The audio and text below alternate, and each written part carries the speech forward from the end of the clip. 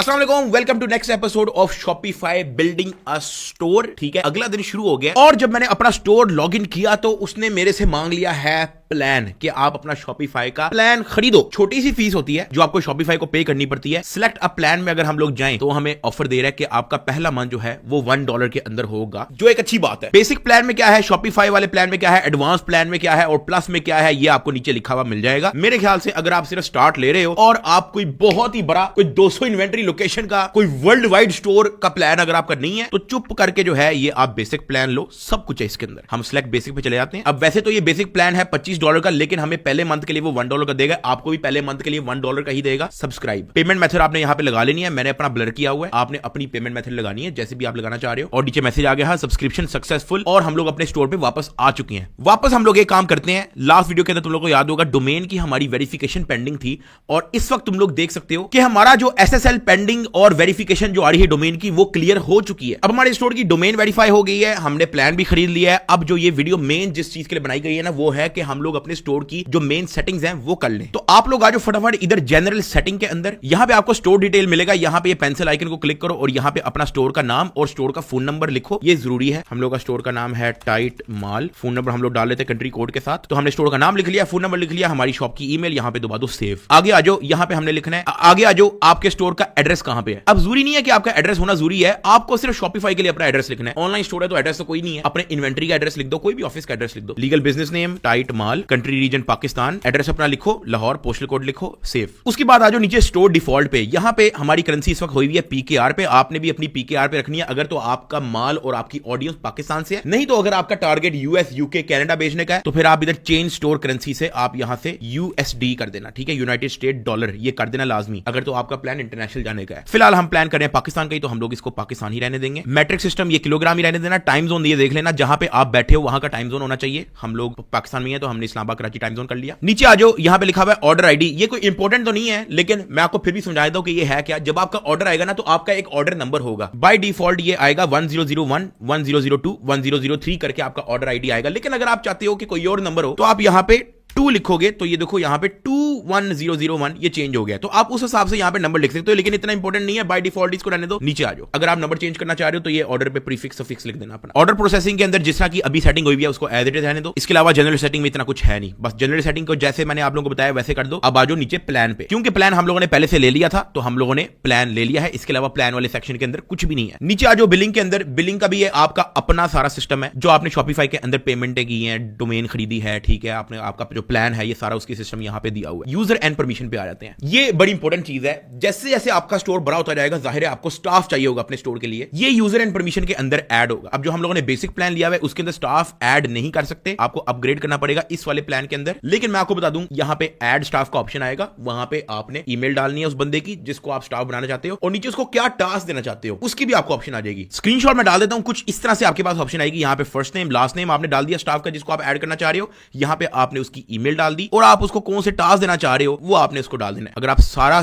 चाहते हो कि वो सारा आपका हैंडल करे तो इधर सिलेक्ट ऑल परमिशन पे दबा दिया। अब आते हैं नीचे वाले ऑप्शन में जो कि है पेमेंट्स, ये बड़ा इंपॉर्टेंट है। अगर आप पाकिस्तान के अंदर बैठ के देख रहे हो तो ये पेमेंट सेक्शन आपको कुछ और नजर आएगा, अगर आप बाहर के मुल्क बैठ के देख रहे हो तो ये पेमेंट सेक्शन कुछ और नजर आएगा। फिर भी मैं आपको लोगों को थोड़ा थोड़ा समझाता हूं, ये आपने सेटअप करना ही करना है लाजमी स्टोर लाइव करने से पहले। पेमेंट प्रोवाइडर, ये जो कस्टमर आपको जिस मेथड से पेमेंट करेगा ये सारा वहां पे ये वो सिस्टम है, चूज अ प्रोवाइडर। अब अगर आप देखना चाहते हो कि पाकिस्तान के अंदर कौन से पेमेंट प्रोवाइडर्स हैं, आपने करना कुछ भी नहीं है, गूगल पे जाओ शॉपिफाई पेमेंट प्रोवाइडर या जिस भी कंट्री में बैठे हो आप यहां पे चले जाओ, पहले लिंक पे जाओ online payment gateway and payment provider integration, नीचे जाओ, यहां पे आपने अपनी कंट्री सर्च कर लेनी है जो कि हमारी है पाकिस्तान। तो जब पाकिस्तान सर्च करोगे तो ये नीचे जितनी भी है ये पाकिस्तान के अंदर ये वो पेमेंट मेथड है जो काम करते हैं। अच्छा, अब मशवरा क्या है, अगर आप ज्यादा इंटरनेशनल जाना चाहते हो, एडन पेमेंट, ये एशिया बिल पेमेंट, ये ठीक है क्योंकि इनके पास कार्ड के ज्यादा ऑप्शन है, अमेरिकन एक्सप्रेस और ये सब इनके पास अवेलेबल है। लेकिन पाकिस्तान के अंदर जो मोस्टली कार्ड आते हैं वो वीजा मास्टर कार्ड के ही आते हैं। अगर आपका स्टोर पाकिस्तान तक ही आप चाहते हो ऑपरेट हो तो ये पेयोर नीड चेकआउट नेटिव कार्ड बहुत है, आप इधर जाओ और इस पेमेंट मेथड को यहां से कर दो इंस्टॉल। आपके पास इस तरह का कुछ पेज खुल जाएगा, आप नीचे इंस्टॉल दबा दो। तो अभी यहां पे आ रहा है you are not accepting payment with Payoneer checkout native card. आप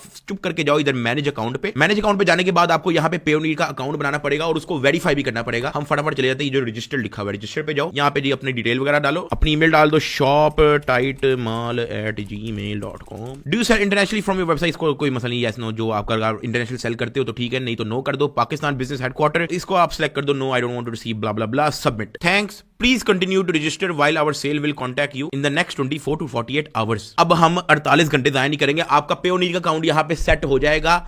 आपका जब अकाउंट बन जाएगा आपको खुद ही यहाँ पे सबको ये एक्टिवेट की बेसिकली ऑप्शन जो है ना आपके पास आ जाएगी। कोई घबराने वाली बात नहीं है। पेयोनीर अगर आपको अकाउंट नहीं देता तो आप पे मोब पे आ जाओ या किसी भी पेमेंट गेटवे पे आ जाओ जिसका अकाउंट आपका सही से बन जाए। जिस तरह ये पे मोब है आप इसका लगा लो। ये पेमेंट गेटवेज होते हैं जो आपको कस्टमर को अलाउ करता है कि वो अपना visa, debit card, credit card, master card से पेमेंट जो है वो आपके स्टोर के अंदर कार्ड मार के कर सके। नीचे वाले ऑप्शन पे आते हैं सपोर्टेड पेमेंट मेथड। ये भी क्योंकि आप अपना प्रोवाइडर लगा चुके होगे तो आपको ये करने की जरूरत नहीं है। अब मैं आपको cash on delivery, bank transfer और इजी पैसा, जैज कैश कहां से लगाना है वो मैं आपको बताता हूं। वो है इधर manual payment method. Manual payment method पे आओ। यहां पे सबसे पहले तो आप सिलेक्ट कर दो कैश ऑन डिलीवरी। यहां पे कोई डिटेल डालना चाह रहे हो तो ठीक है, नहीं तो activate cash on delivery. Payment instruction वगैरह डालनी है कि रिफंड नहीं है, ऐसा कुछ डिटेल लिख लो। ये हो गया आपका कैश ऑन डिलीवरी एक्टिवेट। अब आ जाओ बैंक ट्रांसफर पे। आपने इधर चले जाना है बैंक डिपॉजिट। बैंक डिपॉजिट पे आपने लिखना है, यहां पे आपने डिटेल ये लिखनी है, अपना अकाउंट टाइटल डालना है, अपना बैंक डालना है कि HBL है, अल्फला है, जो मर्जी है, अकाउंट नंबर आपने अपना डाल देना है, IBAN नंबर आपने अपना डाल देना है, ब्रांच अपनी आपकी कौन सी है ये डाल देना है और स्विफ्ट कोड अपना डाल देना है। अगर आपके पास ये डिटेल नहीं है तो आप सबसे पहले जाके अपना बैंक अकाउंट खुलवाओ। बैंक अकाउंट खुल गया और आपको ये स्विफ्ट कोड और अपना अकाउंट नंबर नहीं पता, आप अपने बैंक की ऐप से देख सकते हो या अपने बैंकर को कॉल करके या ब्रांच पे जाके उससे कह दो कि यार मुझे ये डिटेल दे दे सारी। स्विफ्ट कोड भी आपने डालना है। नीचे आप पेमेंट इंस्ट्रक्शन के अंदर कि आप पेमेंट किस तरह से वेरीफाई करना चाह रहे हो ये लिख सकते हो। जैसे मैंने यहाँ पे लिखा है send payment and send screenshot via email info@shoptightmall.com। जब वो कस्टमर आपके बैंक पे पैसे सेंड कर देगा तो वो आप ये कहना चाह रहे हो कि अपना info@shoptightmall.com पे आप ईमेल करके उसकी स्क्रीनशॉट सेंड कर दो कि आपने पेमेंट कर दी है, ताकि आप उसको वेरीफाई कर सको और उसका ऑर्डर डिस्पैच कर दो। एक्टिवेट बैंक डिपॉजिट या आपका बैंक ट्रांसफर भी ऐड हो गया। अब आते हैं मैनुअल पेमेंट पे। इजी पैसा, जैज कैश की बात कर रहा हूं। क्रिएट कस्टम पेमेंट मेथड पे जाते हैं हम। यहां पे हम लिख दिए इजी पैसा /जैज कैश। ठीक है जी। इसी तरह जिस तरह हमने बैंक की डिटेल लिखी थी वही उसी तरह आपने अकाउंट टाइटल, लेकिन इजी पैसा की यहां पे आपका फोन नंबर वगैरह आएगा, इजी पैसा नंबर आएगा, जैज कैश नंबर आएगा।